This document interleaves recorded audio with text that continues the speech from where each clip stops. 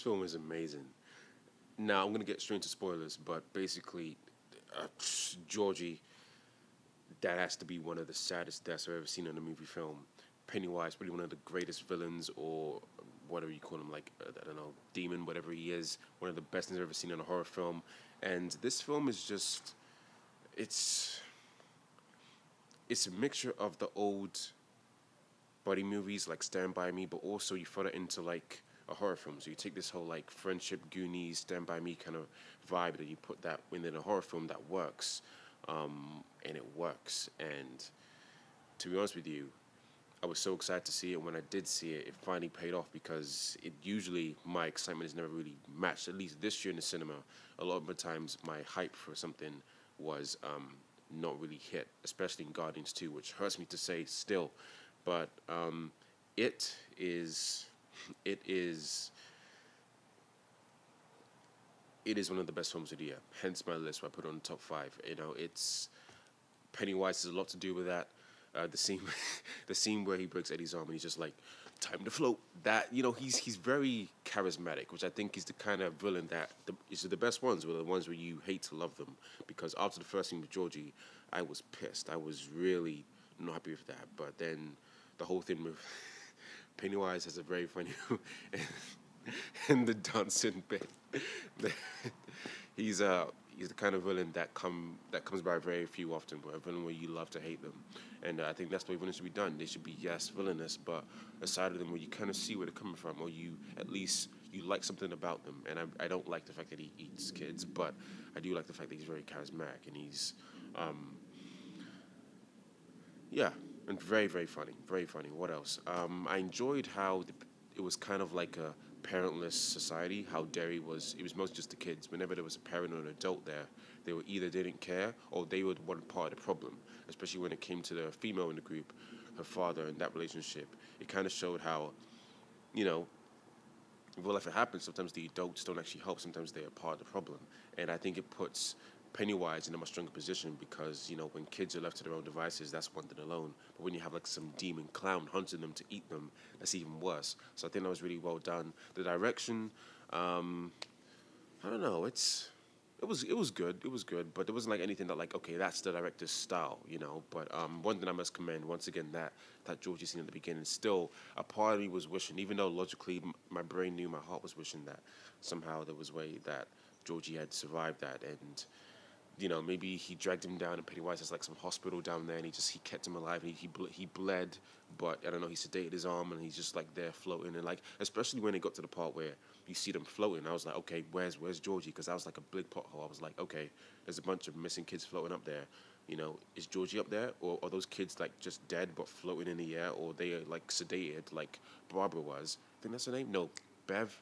Beth, I forgot. Yeah, but she was like sedated, but she just like got woken up. So what were the kids? Were they the same way? And when they came down, did they come back alive, or were they just like dead carcasses floating up above? Like there was a bit of like there was a lot of things I was unsure of, and like a lot of little points where just make it a bit more clear. Like I knew when he saw Georgie at the end, it was Pennywise, but I was thinking, is the real Georgie up there floating, and just to bring him back down or whatever? Because I was of the belief that Pennywise eats all of them like full out, but like maybe that's how he eats during his hibernation or whatever. But hibernation is when you're sleeping, so that doesn't make sense. Anyway, there was a few things that were a few details that they missed out. Like, okay, when the kids float back down, what happened after? Was Georgie there, or was he just like eating a whole? Like Pennywise ate his whole body, and yeah, one thing that one reviewer on YouTube spotted out is that when the kid says "I hate you" to Bill at the very end, like in the joke, and he's like, "Oh, he's joking." That was a very like just the way he said it, like deadpan. It was the kid that was in Guardians of the Galaxy, the first one. He plays the kid Peter Quill. That kid who was in Guardians of the Galaxy. He's just like, "Oh, I hate you," and it's just like for me, you could see like there was he may be joking to an extent, but there is like how they say every joke has hidden truth in it. So like there was a bit you could tell that part of him truly does hate Bill. And he had his face sucked off for like 2 seconds, so I don't blame him. Other than that, it is just a really good time. I wouldn't say it's really scary. It's just really creepy. It's really creepy and really disturbing more than anything else. The most disturbing film I've seen this weekend is Mother, and I'm gonna talk about that. Don't you worry, Mother is the most disturbing film of the year. But it is more unsettling and more unpleasant than scary. Like there's nothing that's gonna freak you out, but it's more things that are just gonna make you feel like, oh, that's really disgusting, or that's really sad.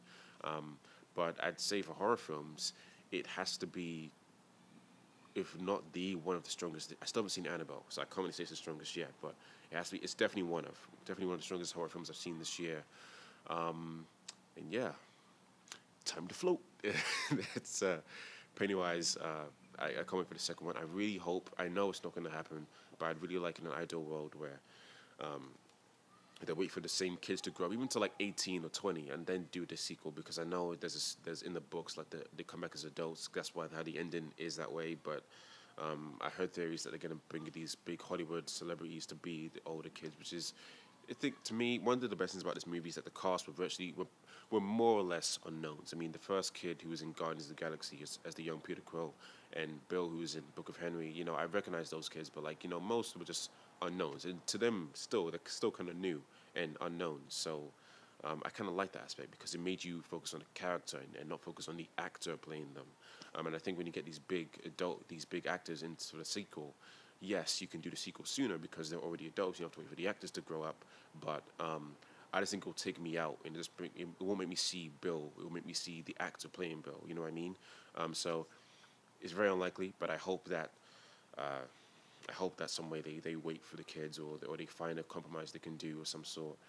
But other than that, yeah, that is what I thought of it. I don't really do reviews a lot. I've noticed that. We're trying to find a format.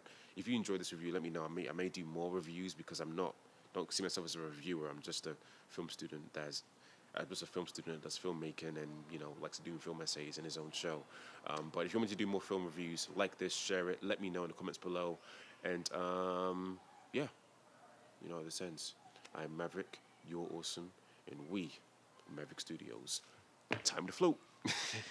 Heaven, if you sent us down so we could build a playground for the sinners to play as saints, we'd be so proud of what we made. I hope you got some beds around.